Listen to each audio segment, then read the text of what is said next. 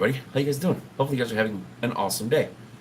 Uh, it's been a rat race. I'm sorry. It has been an absolute rat race. Uh, but anywho, welcome to Trucking You. So basically, what we're going to do is kind of use this live stream or videos to, you know, help people, motivate people, do something. And this light right there is a pain in the arse. What's up, big dog? How you doing?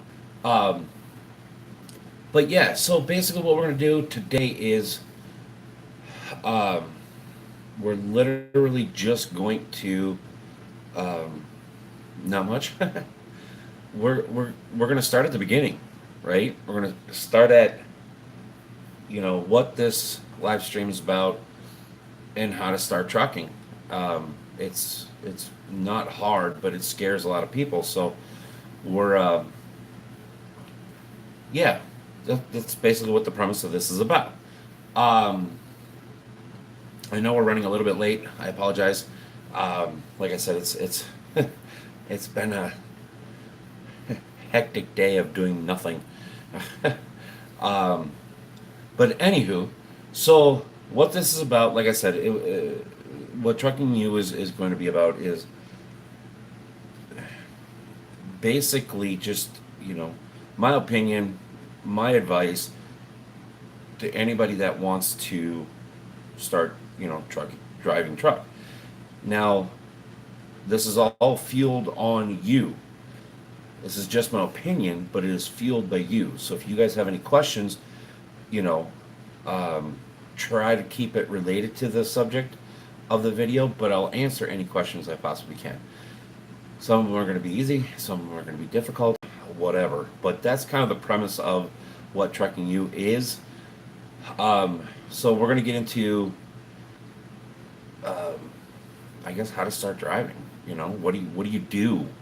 Um, do you want to be a company driver? Do you want to be an owner op? Those are pretty much the two choices that you have. Now, there's different variations of owner operators. We'll get into that, sometime in the future, or maybe later on down the video or live stream. But basically, if you want to be a company guy and you want to get into trucking, you're gonna have to start with being a company driver. That's it. Especially in today's market, I would not recommend anybody to not have any trucking experience jumping into their own ride.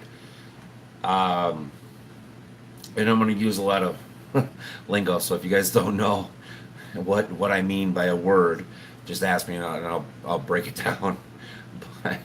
but if you guys want to start driving, go to school. All right. Now here's the thing: is going to school is good and bad. All right. No matter what anybody says, right now it's the most viable way to get into truck driving. Um, it's the easiest way to get into truck driving. But here's where the bad part comes in. The schools teach you literally nothing. They don't teach you anything. Now, not all schools. Not all schools. There are a few schools out there that do a really good job on teaching everybody what they need to know to get them started. And then it's up to the company and the driver to learn the rest. But here's the thing: is most of the schools teach you junk that doesn't even that it has no meaning on what we do out here. All right, now I've been driving for almost 25 years, or over 25 years, something like that. I've been a company guy. I've been an owner op. I've been a true owner operator. I've been a business owner. you know, um, I've got enough experience that somewhere, somehow, hopefully, you guys take one bit of information and it applies to you. Now, what I tell you, this is just what is worked for me and what my thought is, right? You have to take what I say or anybody else says, twist it, mold it, fold it, do whatever to fit you, what you want to do. Now, the trucking industry is a huge, huge industry. You used to be able to make a ton of money here. I mean, not like get wealthy or, blah, blah, blah, blah, but you could have a very good living. You could raise a family. You could have all the toys that you wanted. Those days are pretty much gone. Now it's an actual business, all right? Um, it's always been a business, but people lived the business. And I know that doesn't make sense to a lot of people, but when somebody says it's a lifestyle, it really is a lifestyle. But it was not a lifestyle, it was a business that we lived. Um, and that's what trucking is, right? If you have a family, if if you have other priorities that you can't be away from home, trucking may not be for you. Even though, if you want to do it, it may not work for you. Um, you have to put the trucking first. Whether you're a company guy, whether you're an owner operator, it doesn't really matter. You have to put trucking first because this is your bread and butter. This is what you do. Um, so getting into the school stuff, just look in your area, right? Look in your area. Most tech schools, whatever they call them now, um, they offer some sort of program. There's programs in most large cities, medium cities. So just look around in your area, right? Now, once you go to school and stuff like that, I'm not going to tell you what the inner workings of the school was because I don't know. I didn't go to school. I got my CDL on my own. um, Found a farmer that was willing to hire me, kind of train me the wrong way, um, and then let me use one of his trucks to take my test with. Um, so I did it back then the easy way. Now the really difficult way because here's the thing. The reason why I say go to school is because um, and yes, I'm going to be saying and a lot because I'm trying to think of a I'm trying to think here. So go to school. Um, how do I say this? You're going to end up having to start with a mega carrier. Um, there's a few good ones left, like rail transport. I've heard a lot of good things about. Um, but then again, I don't know anything about rail. So, but you're gonna have to find a company that takes new people on, um, and then you're gonna have to go work for them for a year or two. Now, if you find somebody to work for right out of school, stay with that place for a year, at least a year. You will do yourself such a huge favor by staying with them for at least a year. Uh, now, now is when you can start thinking about getting into your own truck. Now, let me take a step back. If you want to jump into your own ride right from the get go, you can do it, but it's going to be a lot of work. A lot of work. You're gonna have to listen to people. You're gonna have to ask questions to old timers. You're gonna have to, you know, you're gonna. Here's the thing with owner operator. Hey Tim, being an owner operator is you have to eat, sleep, breathe. Everything in your existence has to revolve around that truck. Again, this is a lifestyle, but it's a business. All right. And this business can either make or break you. And when I say break you, it can, you'll be homeless, you'll be creditless. This is not the industry to try. It's you either do or you don't. Right? So you guys need to think real long and hard before you even think about ponying up the money to buy a truck. All right. Now, a lot of you people, okay, you have experience, stuff like that. You've done the school, you've got your CDL on your own, whatever. You've been out here for a couple years. You want to buy a truck. All right. The next thing is budget. All right. Go with what you know. So the loads that you're hauling now, the company that you're working for now, everything has to base off that budget, right? So if you go out and spend 40, $50,000 on a truck, which for me is a that's a good budget. That's a doable budget, right? It doesn't matter if it's a Freightliner, Kenworth, Volvo, Mack, Peterbilt, Kenworth. It doesn't matter. It doesn't matter at this time.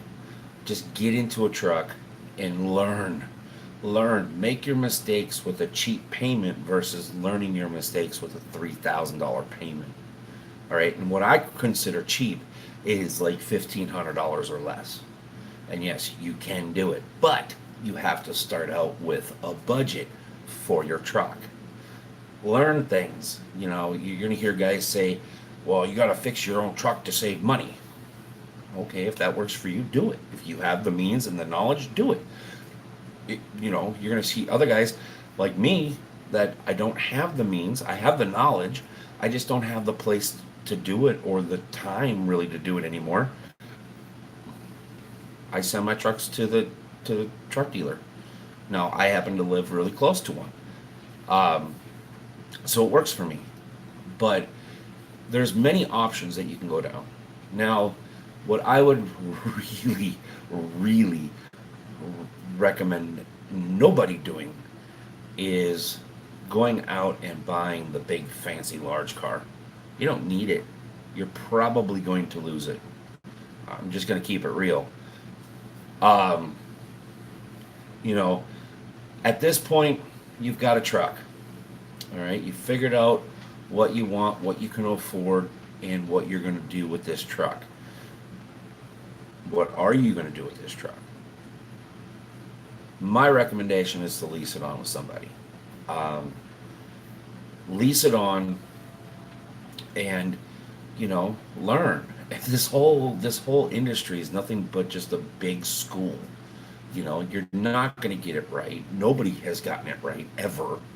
Everybody makes mistakes. You'll become this close from losing everything that you have, and then all of a sudden, poof, something will work, and you're getting paid. Um, the whole idea of being an owner operator in this industry is you have to think outside the box. The crazier the thought, the better off you are. If you can prepare for as much stuff, which you're never going to be able to prepare for at all, but if you can prepare for as much stuff as you possibly can, you're one step up on this industry.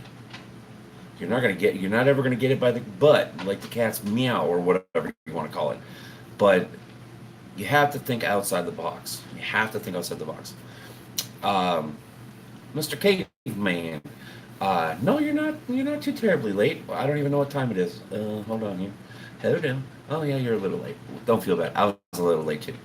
Uh, but so you've gone to school.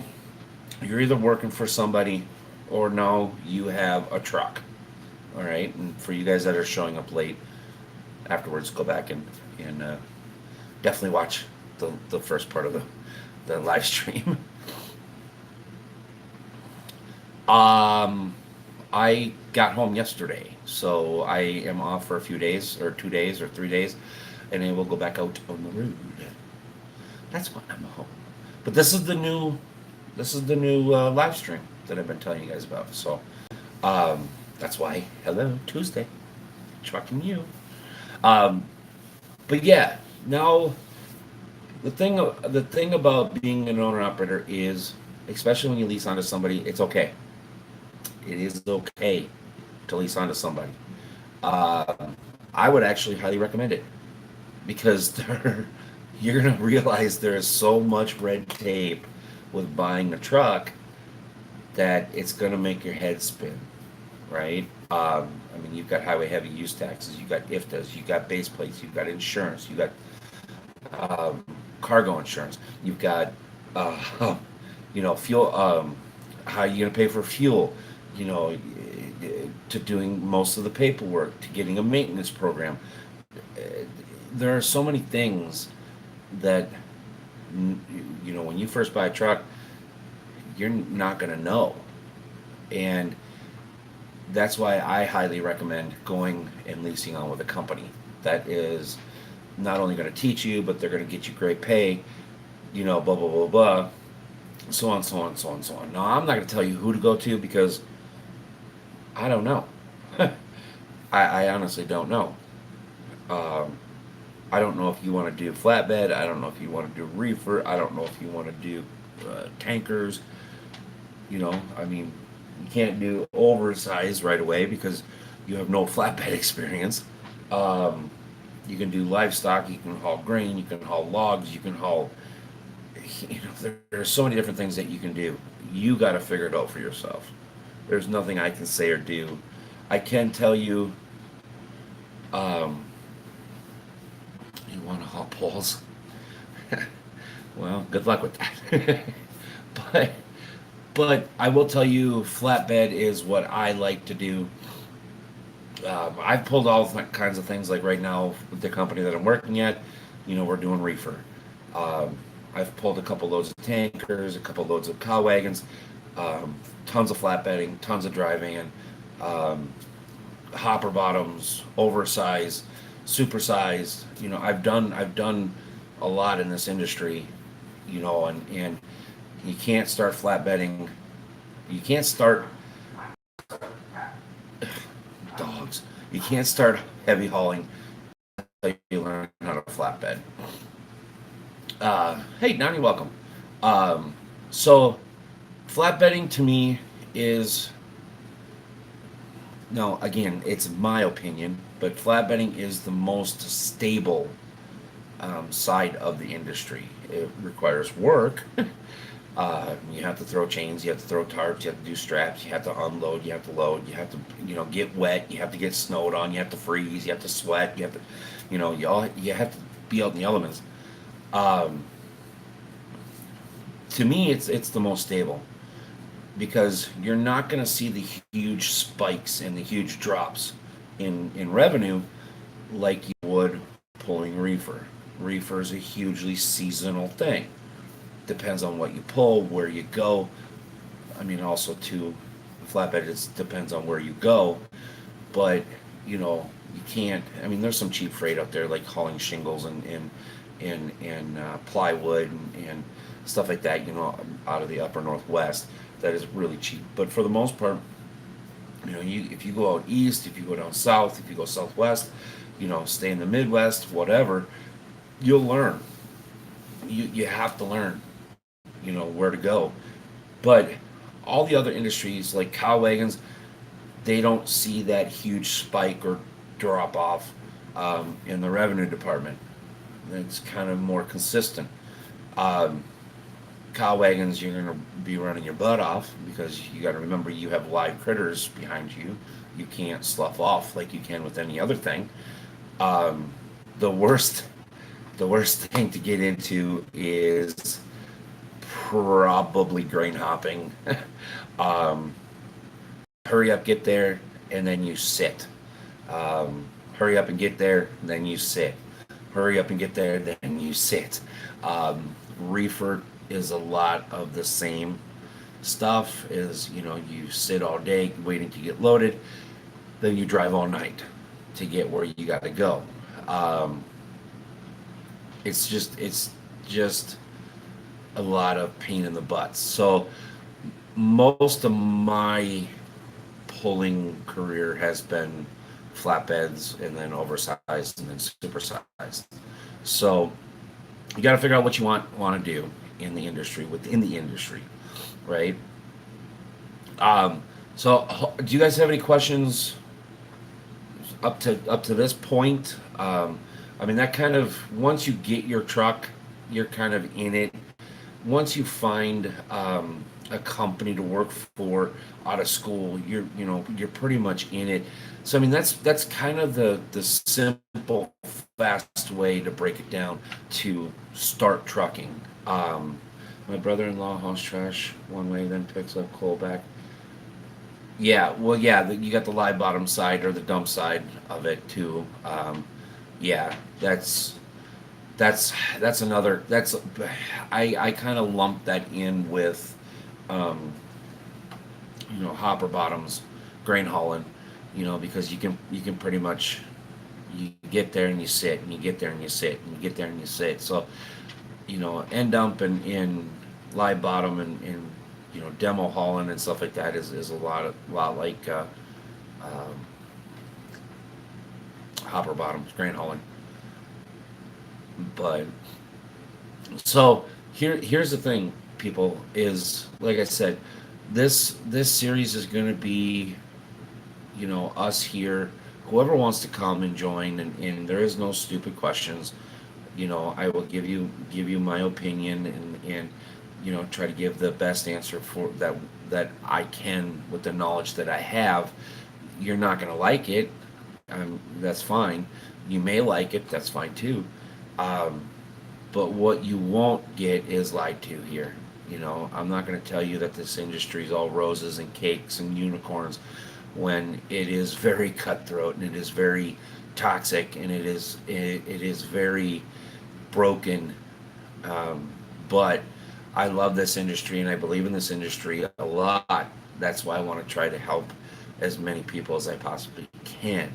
Um, you know, like I say, we're gonna try to do this about once a month, and but it's all based off you guys. So if you guys have a question, like I said, I would like to try to keep it towards topic, but at this point, we can take whatever questions you guys have. But this is just an entry into the video or into the live stream.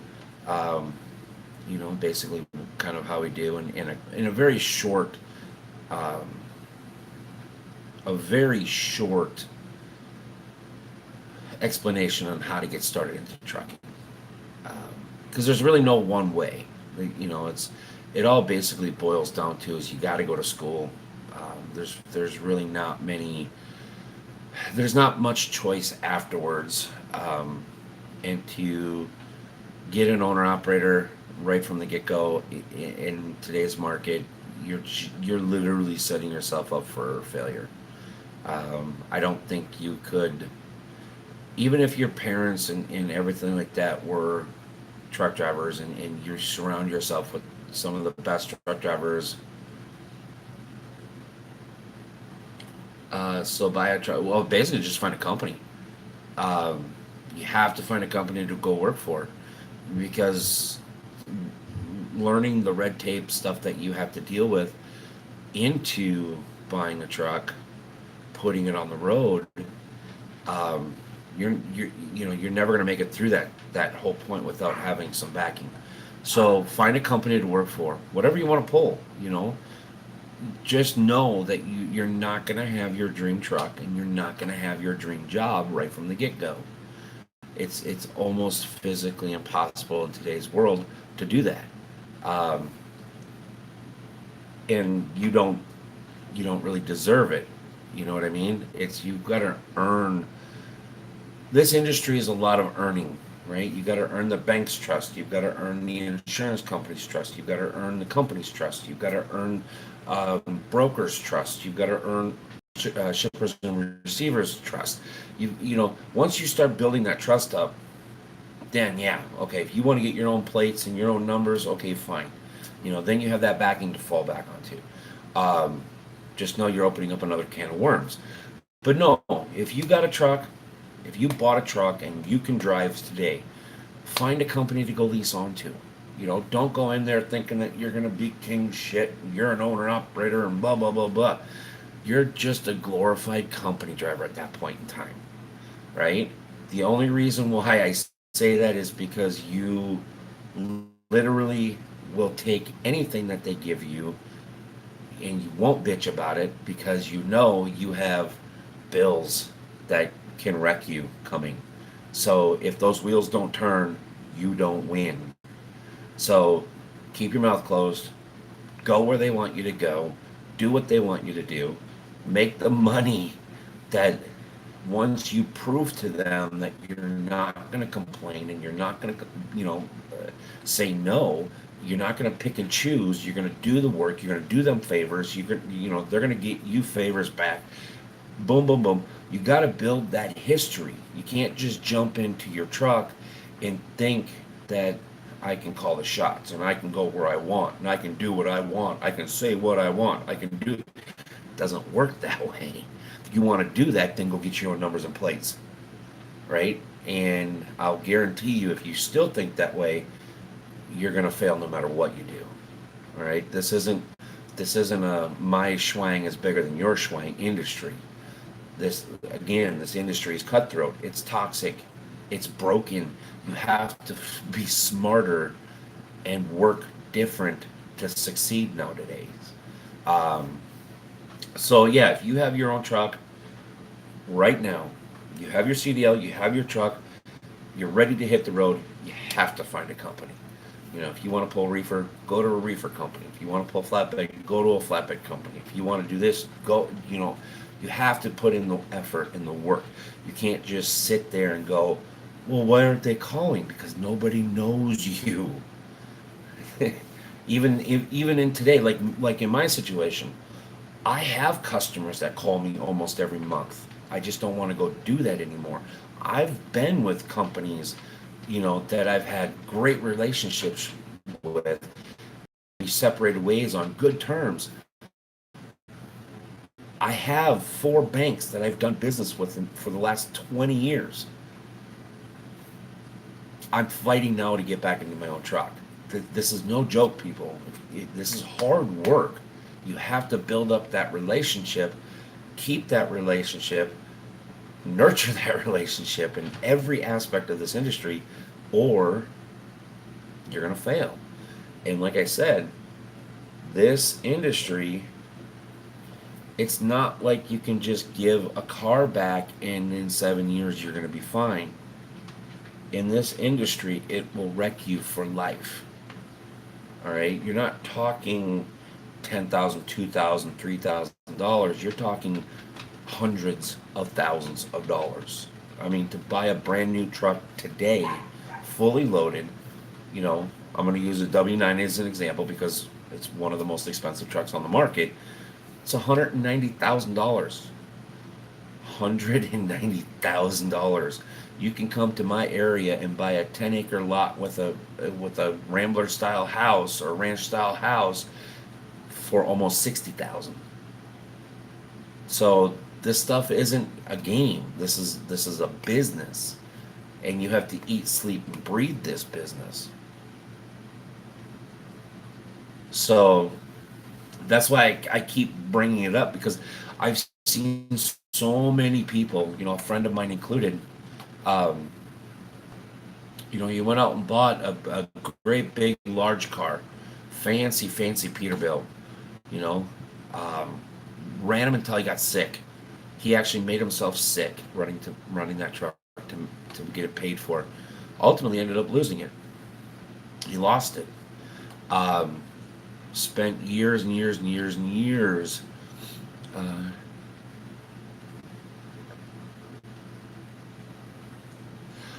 yeah, caveman. It's not 100% guarantee that you're gonna fail,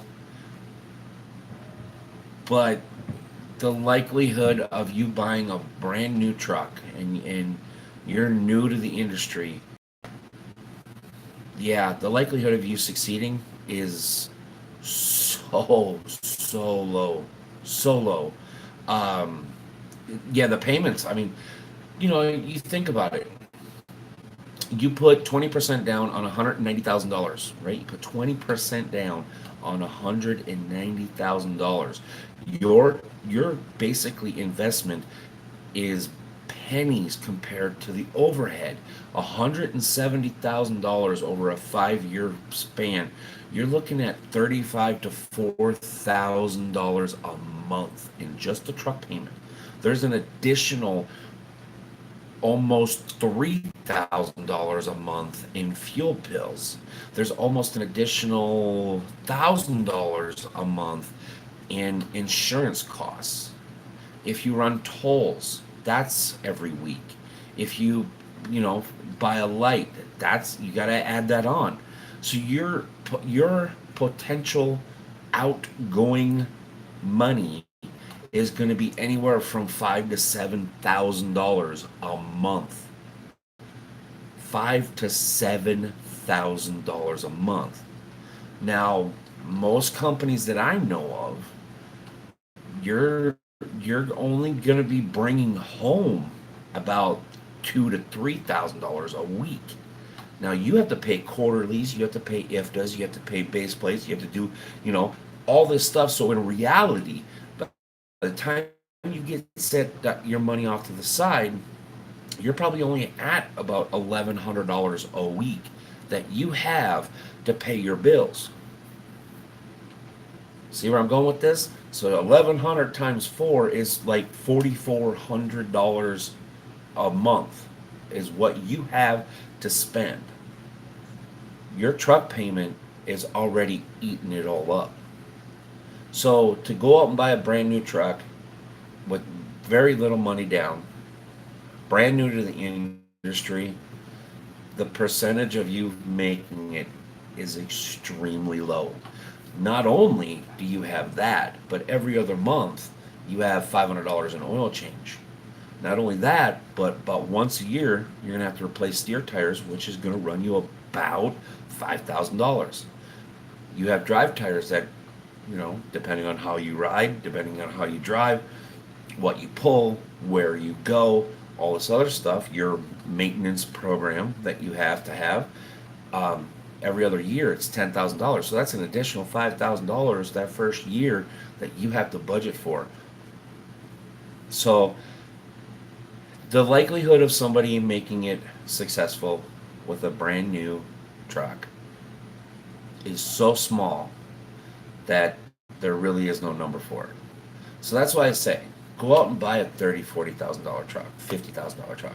If you can keep your payments to about 1,000 to 1,500 a month, you have enough flexibility to take a day off. You have enough flexibility to break down, have a little bit of money set aside to cover this breakdown while you're saving up for the big breakdown. You learn, you know, everything revolves around how hard you want to work. If you want to go out and buy a brand new truck, go ahead, but be prepared to never go home. Ever. Ever. You better be turning and burning $3,000 to $3,500 or 3,000 to 3,500 miles every single week. Every single week. You, no joke. So that's why I always say, you know, look for a truck that you can pay for, right? You can stick $10,000 down or 5,000, whatever, you know, whatever you have to pay. Have that payment as close to $1,000 a month as you can. All right. Then once you get that paid for, you start sticking that payment in the bank in the savings account. Boom, boom, boom.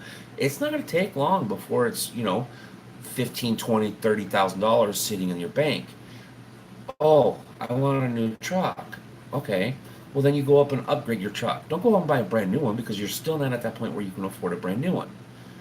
Go out and buy, you know, that Peterbilt, right? So you started with a Freightliner or an International. You want to get to that. IFTA is your fuel. Quarterly is your basically your taxes. So basically to do your, well, there are quarterly fuel reports that the company does.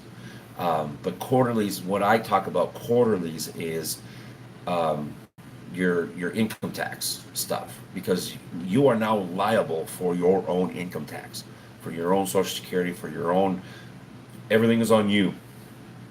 Uh, the company doesn't pay for anything because you're an outside contractor. You're an independent contractor. But the IFTA is for fuel. There are IFTA quarterlies.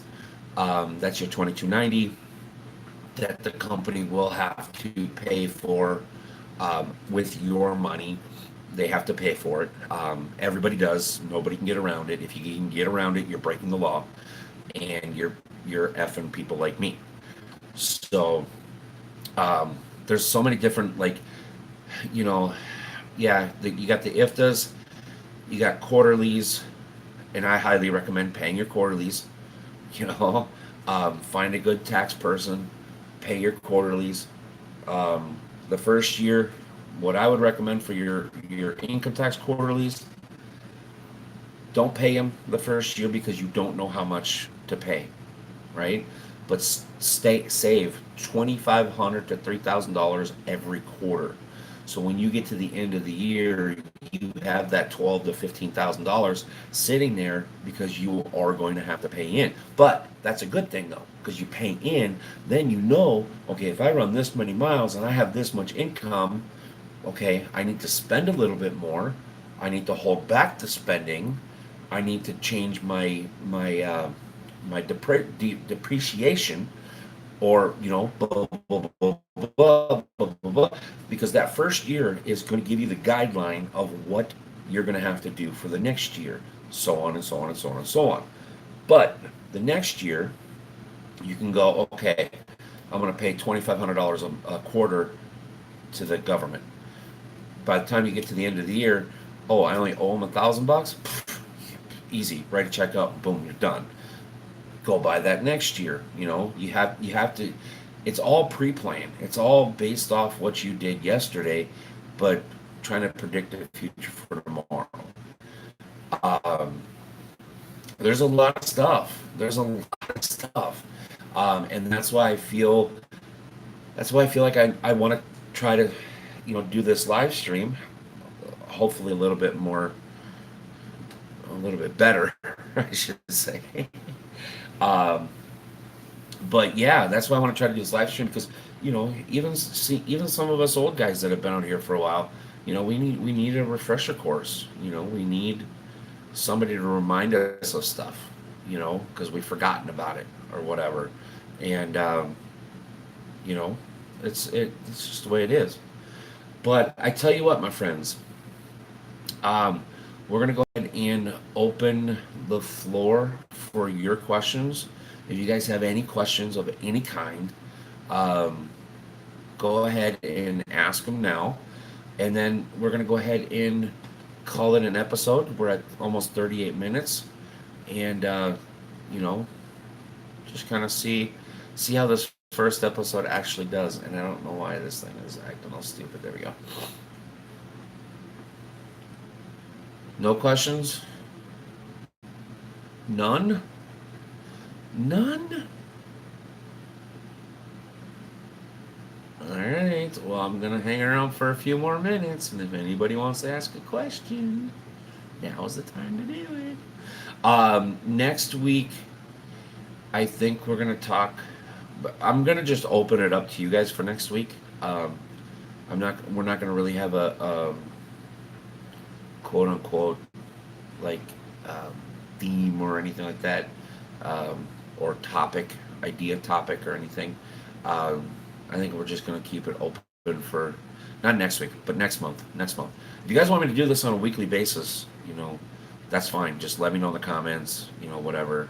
Email it to me. What have you. But if you guys want me to do this every week, we can. I have no problems doing it. I enjoy, uh, doing this stuff. But yeah. So okay, my friends, we're gonna go ahead and call it an episode. Thank you so much for everybody that come and hang out with me. Think of your questions for next month.